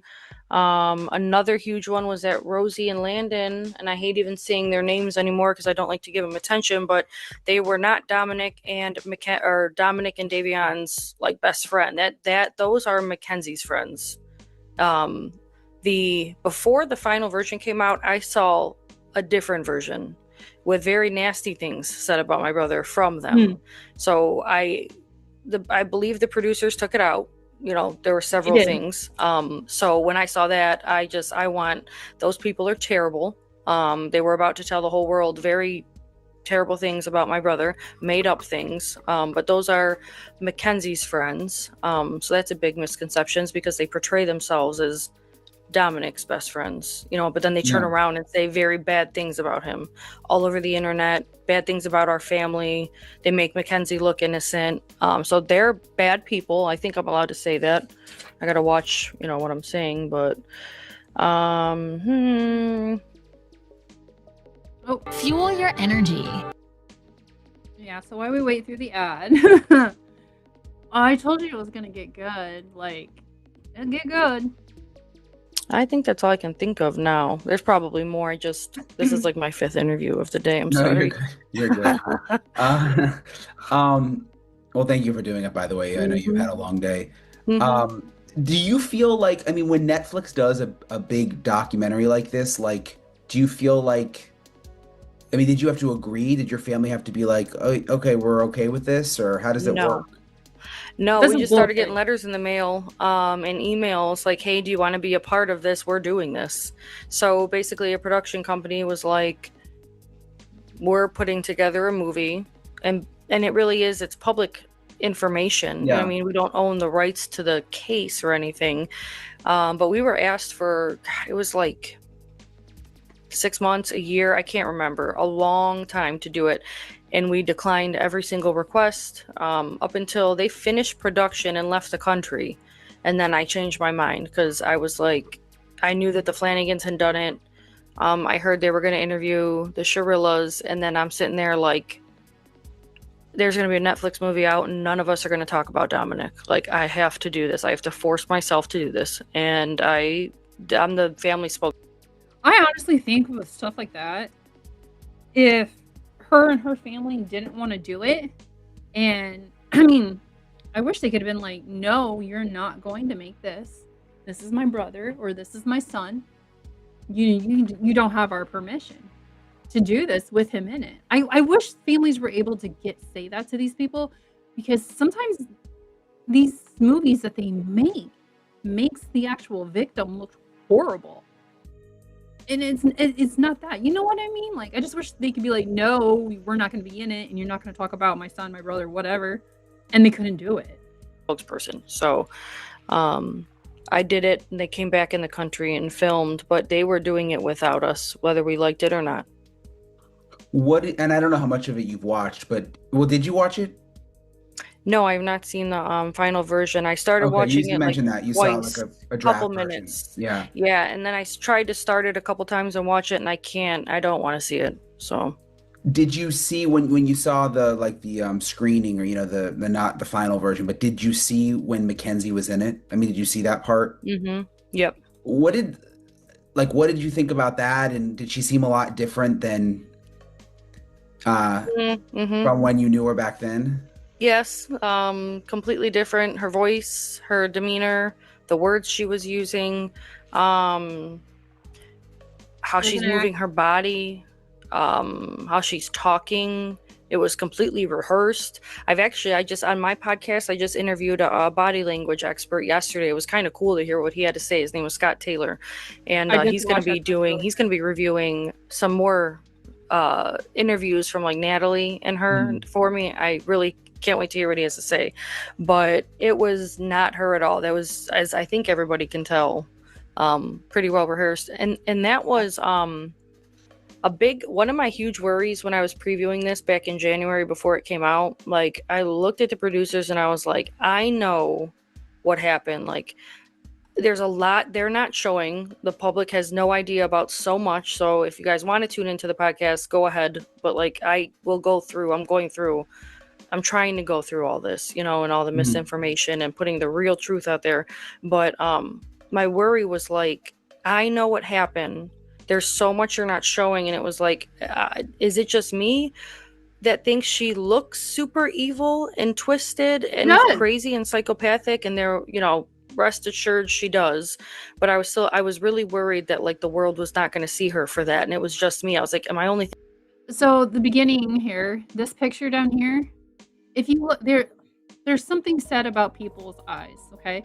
So if you go back to the beginning when I started this and you like look at her eyes, like I'm gonna use Brian's face as an example because I don't want to lose my spot. So like her eyes, you can see the whites that are under here on both eyes. It is said that if you can see that like on people's eyes, like how her eyes are, they are going to suffer a horrible, painful death. My late husband had eyes like that. And he had colon cancer. It was very, very painful for him. So, Christine, if you see this, take note of the eye situation. How do I put this? Hopefully her karma will come back around to her. And that's all I'm going to say. thinking that because she killed my brother, but it was like a huge worry of mine. Like, I really hope the world sees her for who she is and Dom for who he is. You know, it was a Yeah. very big worry. And I think the world, you know, I've seen it back and forth, but I think pretty much majority of people have the right idea. Yeah, a lot of people do. Yeah, I would agree. And I wondered too, like, because I'm a journalist, so I kind of just do I don't do like big long documentaries that are, out years later. I kind of cover the stories like in the moment usually, like when there was the verdict with your brother's case. But I wonder, like with these Netflix shows, if they almost like if they just portrayed her so bad and did the full truth, it's like maybe it makes it less interesting. Like you almost want people from a entertainment mystery perspective to not really know what they think, not really to go up, turn it off and talk to their family about, well, what do you think? Do you think she really meant to do it? You know what I mean? You hit the nail on the head. I just said that the other day, that literally they did such a good job making this entertaining and making people talk about it. Yeah, The they did. whole internet They is did. divided and they're all talking, and really I mean, they're trying to make money. It was made for entertainment, but that's exactly what they did. They left it at a neutral standpoint to where people can, form their own opinions, and it got I don't think it left it at a neutral standpoint. I've seen a lot of opinions where people are like, "Oh, they made her or Mackenzie look like a victim." No, that's not what I gathered from it. I gathered they made her look like a psychopathic cunt. Like, I feel like it made her and her parents look like pieces of shit. And I don't see it as a neutral thing. I see it as Mackenzie is a bully. She treated Dom like shit, and Davion was collateral damage. And I hate to say that about him because he matters. Yeah, I think it just made him look bad. entire world talking. It's the #1 movie like in the world. They did a good job at that. I mean, they're good at what they do, obviously, you know, because it did pretty well. This medical condition that she talked about having, or that they said she had, was that ever a thing before the crash? No, it was not. Never knew she had it. Nobody knew she had it. And actually, don't quote me. They mentioned this in trial, and granted, I floated. Like, everybody was on autopilot. We still are. Like, everything in one ear, out the other. But in the trial, they did touch on this. And I don't even think that there's a medical record prior to the crash about her having POTS. It wasn't mentioned until somebody didn't bring it to the doctor's attention until after she murdered 2 people. Now, when the police, before it was an investigation, and the police went to her while she was in the hospital bed to bring her cell phone. Okay, so this part, pay attention. Mackenzie starts talking her gibberish shit to her mom, and somebody deciphers it, and listen to what she said to her mom. And see if she was okay. She looks at her mom, I think you've seen this in that Pig Latin talk, and says, can I just say I had a seizure? In that secret language. She says that to her mom when the cop came in. And that is where I think they started establishing and corroborating this story about POTS. That was just, I think, made up for a defense. She went and got her license back 2 weeks after taking 2 people's lives behind the wheel of a car. Within, I think it was 2 weeks, went to the BMV to get her license back. There's no way that I would be able to drive after that. I would be scared shitless to drive after that. I'd be driving down the highway after my brother died to go to work downtown. And once I hit 50, I started having panic attacks and breaking down crying. So this was supposedly the love of her life for 4 years. Someone she cared very deeply about, yet is dying to get behind a wheel again. Her behaviors have been so guilty that I don't know how anybody could stick up for her or think otherwise, Did she ever do that language before that you know of, or is that like a new thing they developed when she went to jail? I have heard that it was developed. I heard that because I never heard her speak it, but that she did. Some people did. I don't think it was common, and I didn't hear her speak it, but I believe that her mother taught her that so they could hide what they were saying. So I think mom taught her that while she supposedly was laying in bed for 3 months crying next to the shrine of Dom. I don't think she did that at all. I think her and her mom devised a plan, code word in case she went to jail. So that's when I think that happened.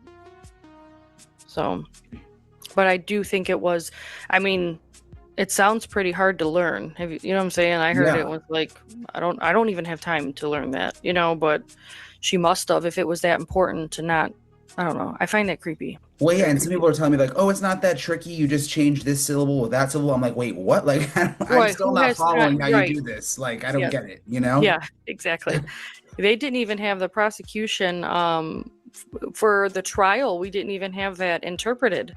And it was like a major piece. When you look at a cop and say to your mother, can I just say I had a seizure or something?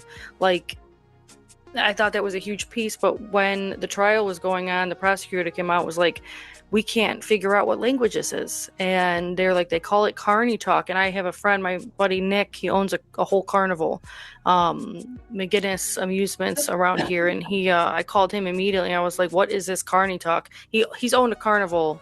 He's like third generation owning it. And he's like, I don't know what you're talking about. Carnies don't speak that. So I don't know. I don't know what it is. It's close. But they call it. It's close to it, but it's not. It's not what they speak. And I'm sure somebody has deciphered all of this and it's somewhere online. Just stumbling across it is going to take a while. Carny talk, but it's not in the carnivals. Super weird. Really weird. You mentioned the trial. Were you there for the whole trial? Yeah, I sat out for when the coroner came in and they talked about the autopsy. I sat that out, but that was the only time I missed. How the rest long of it, was I was there. A week. 5 days. What was that like? Terrible, horrendous. We had to sit through in front of a room full of people and family and Dom's close friends while they played The Crash over and over again. We had to sit, and I wasn't there for the coroner part, but some family members were, like, them talk about his dead body. Like, we had to sit with the Shirillas that I believe, I'm not going to say who or anything because I don't know what I can and can't say without getting in trouble, but like some are super aggressive, shouting things. So it was super awkward. When, I don't know, the fake crying, it was infuriating, so many emotions, and then you're sitting there on autopilot, just floating through. Like, I'm at my brother's murder trial.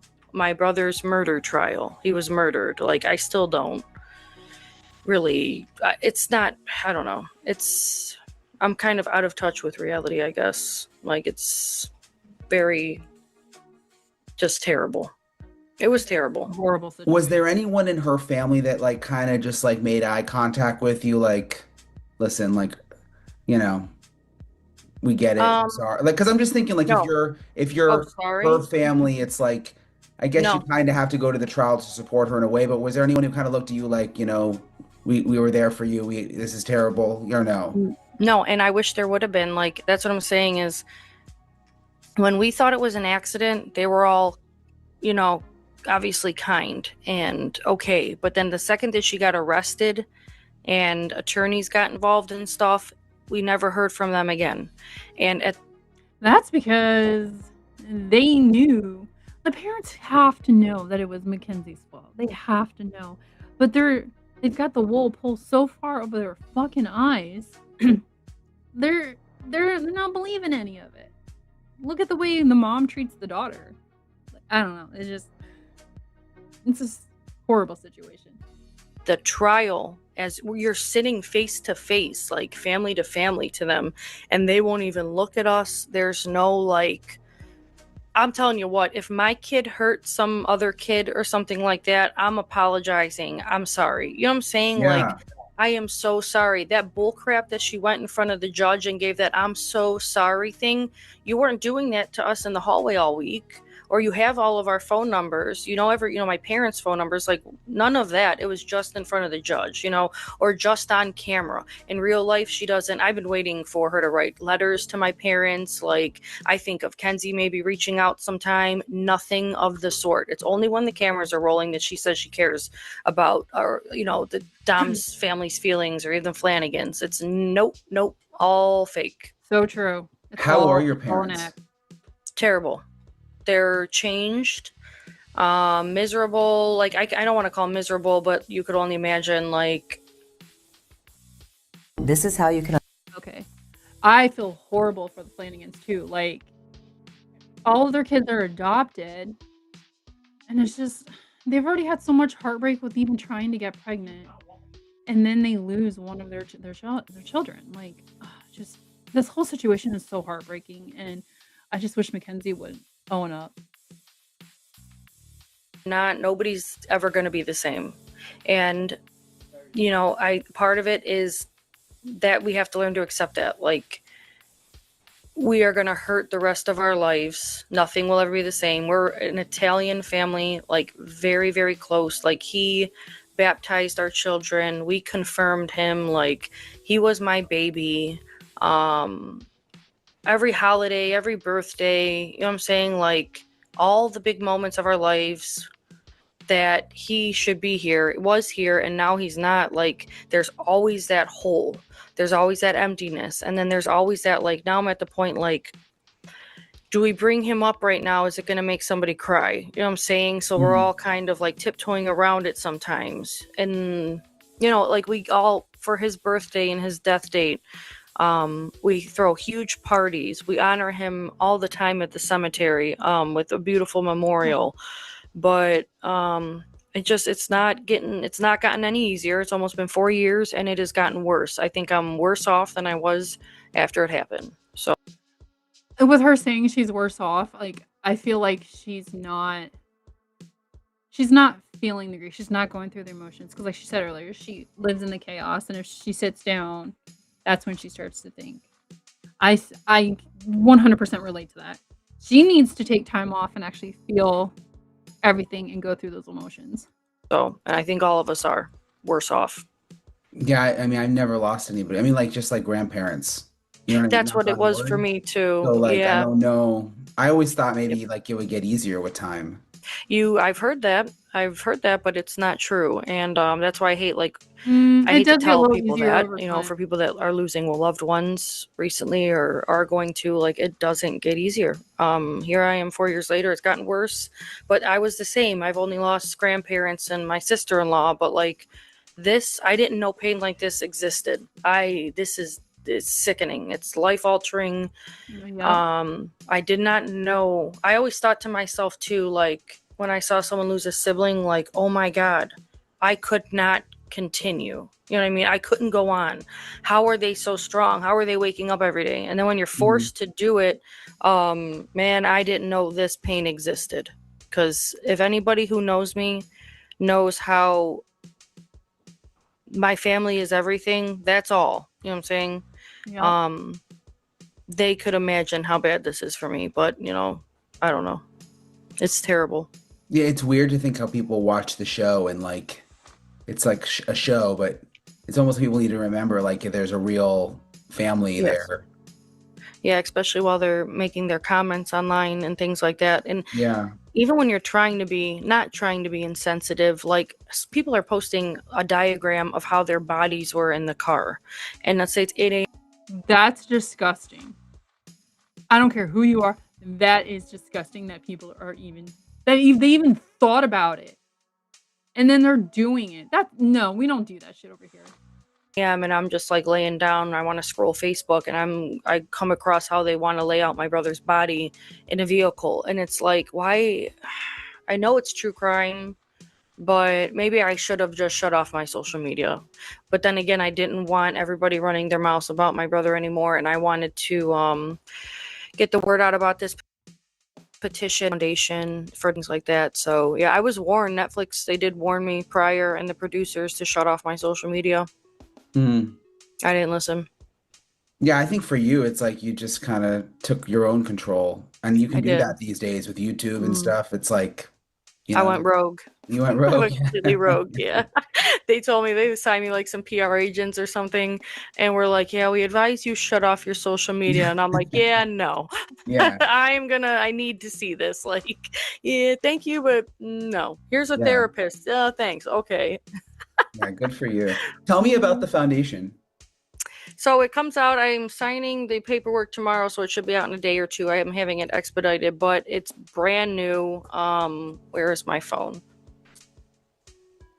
I changed the name already like 5 times, so this is what the official name is. It is going to be, I'm really excited about this. I've always wanted to do this, but now I have the platform to do it.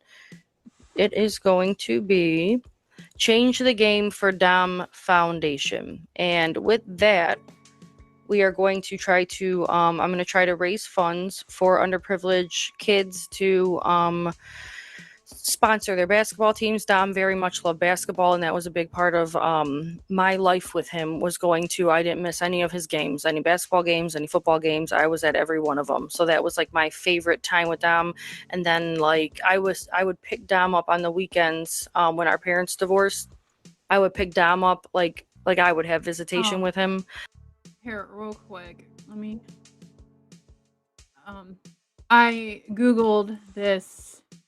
Change the game for Dom Foundation. The Russo family is actively channeling their grief into positive change and legislative. There we go. Action. Alongside the foundation, they are pushing for Dom and Devon's. I can never say his name. I am so sorry. Law. Victims before influencers. This proposed legislation seeks to update Ohio's Son of Sam laws for the social media age. The goal is to prevent convicted violent offenders, Mackenzie, from profiting off of their notoriety on platforms like TikTok and Instagram. And then it goes here how you can support. To sign the petition, add your name to change.org petition to help push for Dom. I'm going to sign it too. I haven't done it yet. Here's a GoFundMe. Oh, look how much they've raised. Almost, wow. They're only trying to raise 8K. Oh, wait, it's $863. Oh my God. Oh my God. Sorry. I'm raising, my name is Christine Russo. I am raising funds for my nonprofit, Change the Game for Down Foundation, created for my brother, Dominic Russo, and his friend, Davion, whose lives were tragically taken in 2022. Turn the pain into purpose by helping underprivileged children gain access to the game Don loved the most, basketball. Our mission is to provide kids in need with new basketball shoes, equipment, uniforms, and opportunities they may not otherwise have. We hope to sponsor teams, support local leagues, and ensure that financial hardship never stops a child from playing the sport. I was seeing if there's anything in here more about the law they're trying to, but yeah. That's what that is that she's talking about. Let me go back and share. I clicked out of the page. Give me a second.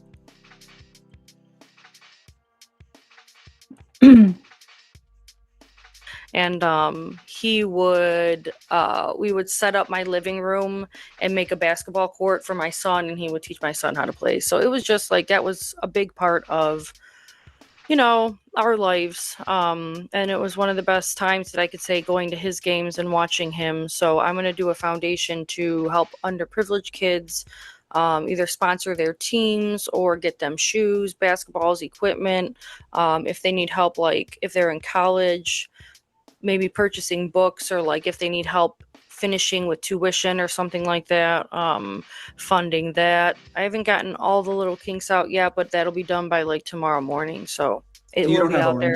there. You don't have a link Not yet. yet. Okay, No, but but I people will. can I'll Google send it it to you by soon. Yeah, tomorrow. send it to me. I'll put it in the description. Thank you And so much. of course. And what about the petition? Is that Son of Sam law? Oh yeah, let's talk Yeah. about that. Yeah. So let me get my mouse up. Sorry, I haven't memorized this stuff. I've been so busy. So The petition is going to be Dom and Davion's Law, Victims Before Influencers. It's modernizing the Son of Sam's Law. So the issue with the Son of Sam's Law is it was written in the 70s, you know, and it was about a serial killer, like, not earning money off of his crime. But back when it was written, that was covering, like, books, newspaper articles, and movies, because there was no internet, social media, crypto, GoFundMe's. The law doesn't cover any of these, like the new digital era, or any of the this new technologies and ways of funding criminals. So the victims before influencers is that no victim's family should have to watch the person who killed their loved one turn that crime into attention, which is all Kenzie cares about. That's very much her. So turn any crime into attention, followers, donations, sponsorships, merchandise, paid interviews, documentaries, social media income, or other personal benefits. Can you really earn a degree with?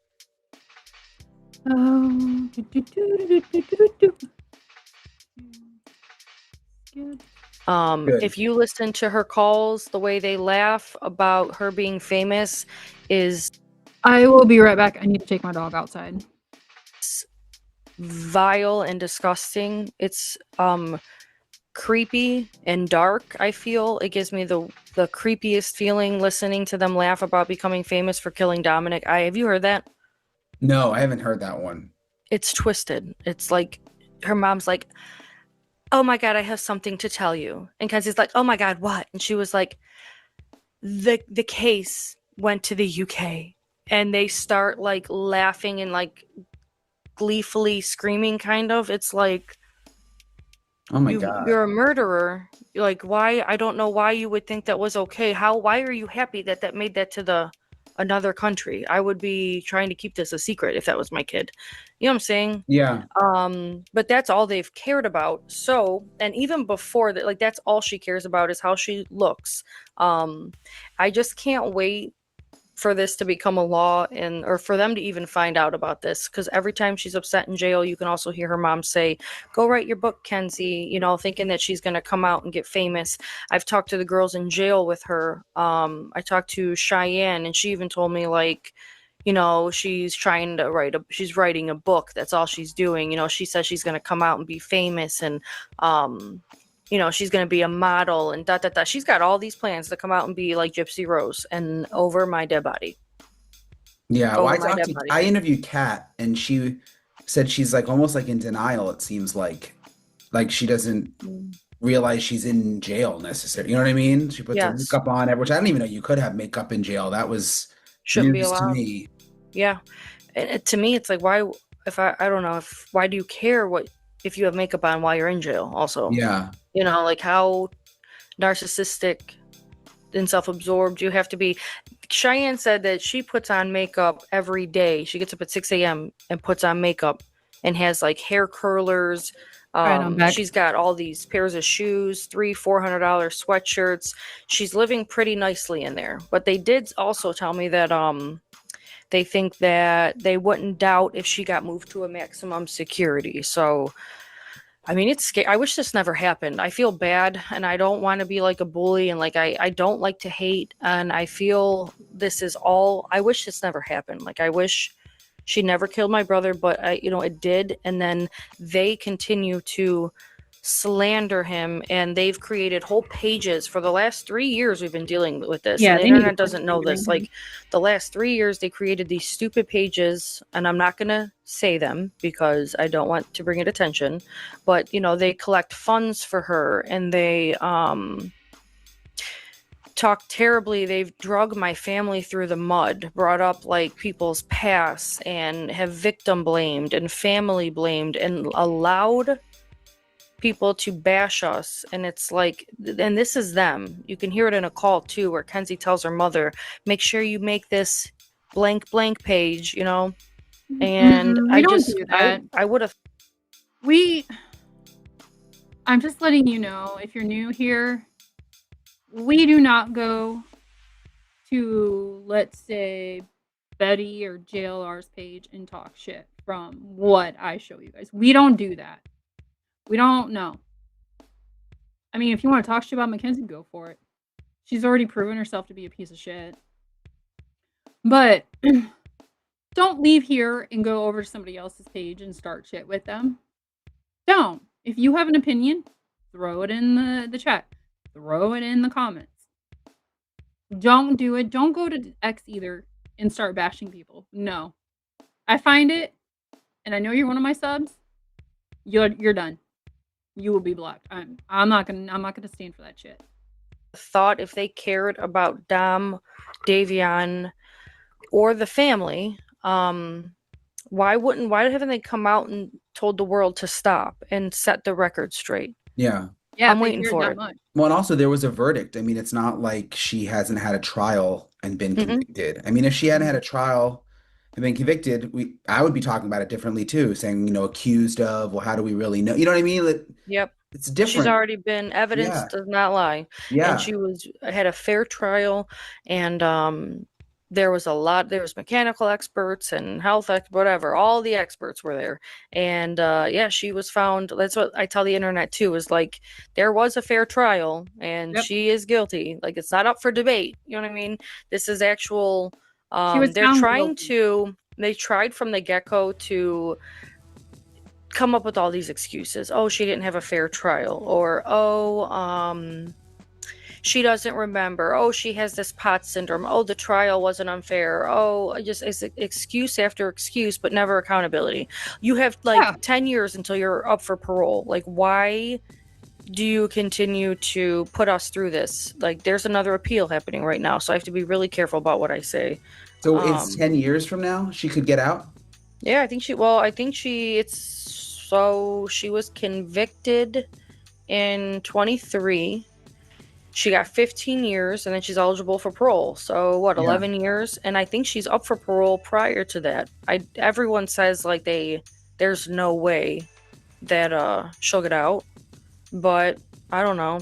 You never know, I guess. Yeah. And that's what stinks for families. I hope that if she goes back up for parole, that Christina, the Russo family, Davion's family, they all go and beg and plead the judge not to let her out. Like, I'm sure they're going to go and say something, but I hope they can convince the judge to be like, denied.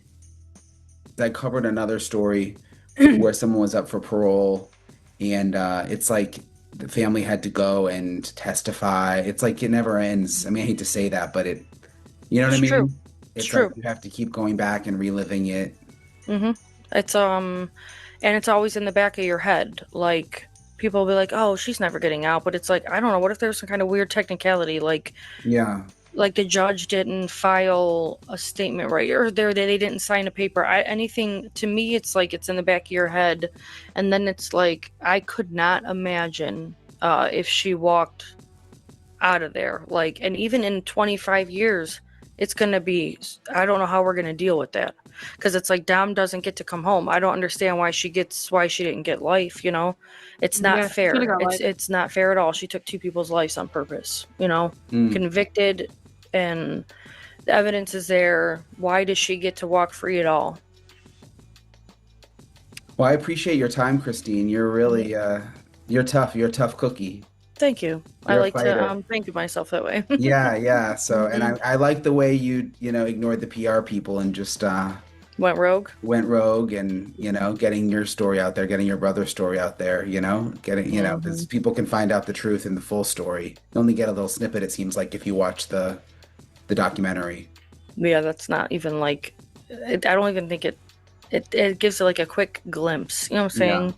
And I haven't seen it since it came out or recently, but it's like, quick glimpse, and there's so much more to this story, and real people behind it, which is hard for some people to believe, but I really appreciate you, asking me to come on and giving me your platform, to speak on him and the family. So I appreciate it. Yeah. And hopefully, I'll get the foundation link. People can check it out. And if it's not up right away, I'll put it in later so people can come back if you don't have it set up by the time I post it. So just, thank you so much. Are you, can I send you the petition as well? Yeah. Hold on. Let me stop recording real quick. 1 second. Oh, okay. So that's pretty much over. There's more that I wanted to show, but I just took my dog outside and there are extra packages here that I have to run down to my neighbor because I always get their damn packages. They live on West. I live on East. And the guys can't get it right. So I have to run the lady's package down to her. But I have pinned the woman we were just watching, Christine. Her link is pinned to her YouTube channel. Go over there, show her some love, watch her stuff. If you can, share her videos out. But all right, I will talk to you guys later. Hope you guys have a good rest.